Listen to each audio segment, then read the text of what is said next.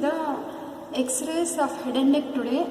So the first X-ray what we are seeing is the X-ray of head and neck region, which is taken from the lateral aspect. So this is lateral view. So in the lateral view, what we are finding is, first of all, when you see the skull bone, so you are finding this is the outer table of the skull bone, this is the inner table of the skull bone. Between the outer and inner table, this region is diplo. Now the other things what we see when we come in order, so this area is representing orbits. Okay, so here we have the ethmoidal air sinuses, anterior, middle and the posterior ethmoidal air sinuses. Okay, so this represents the nasal bone. Okay, and here we have the maxillary air sinus. So this is hard palate over here, this is soft palate. Okay, and this area is maxillary bone where you have the teeth, upper jaw. This is the mandible bone where we have the lower jaw. Now when you carefully observe here, you see here there is like this projection, whatever we see is mastoid process, and here we have mastoid air cells. Then if you just go a little inside, this area is representing the sphenoidal air sinus. This hole is external acoustic meatus.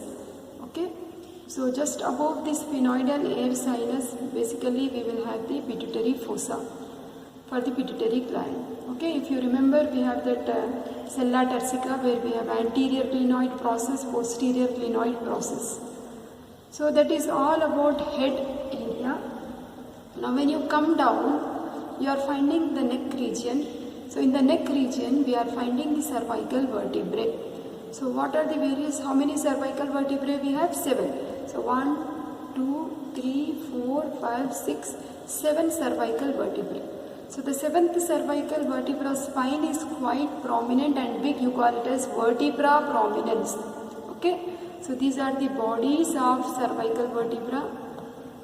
And these are the transverse processes on lateral side. These are the spines which are seen behind.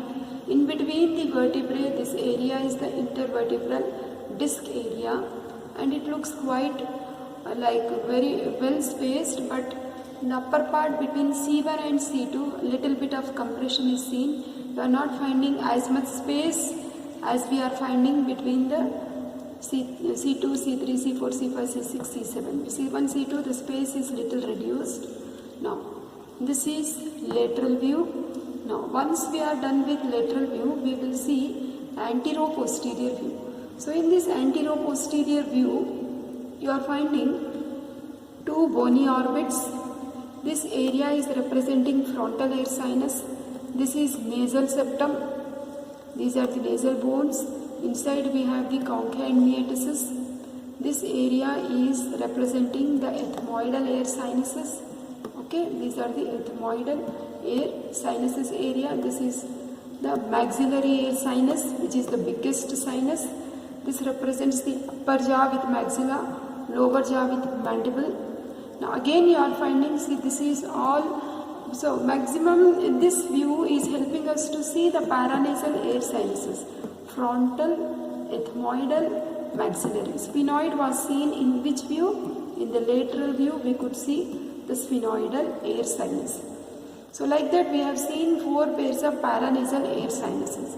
Now in the AP view also we are able to see the cervical vertebrae, bodies of the cervical vertebrae.